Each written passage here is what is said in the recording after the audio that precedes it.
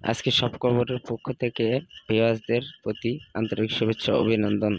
দেশের 9 জেলায় রাত 1টার মধ্যে সর্বোচ্চ 60 কিলোমিটার বেগে ঝড়ের আভাস দিয়েছে আবহাওয়া অফিস। এর সঙ্গে বজ্রসহ বৃষ্টি হতে পারে বলে জানানো হয়েছে।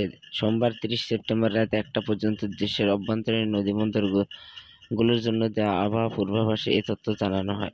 এতে বলা হয়েছে, ঢাকা, খুলনা, বরিশাল, ময়মনসিংহ, পটুয়াখালী এর মধ্যে পশ্চিম বা দক্ষিণ-পশ্চিম দিক দিয়ে ঘন্টায় 45 থেকে 60 কিলোমিটার বেগে অস্থায়ীভাবে দমকা অথবা ঝোড়ো হাওয়া, বৃষ্টিসহ বজ্র বৃষ্টি হতে পারে। এইসব এলাকার নদীবন্দরকে 1 নম্বর সতর্ক সংকেত দেখাতে বলা হয়েছে।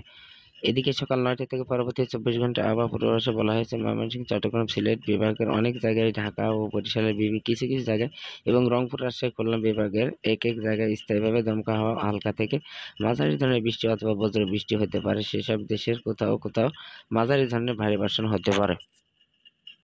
চ্যানেলটি ভালো লাগলে পাশে থেকে বেল আইকনটি প্রেস করবেন এবং সাপোর্ট করবেন।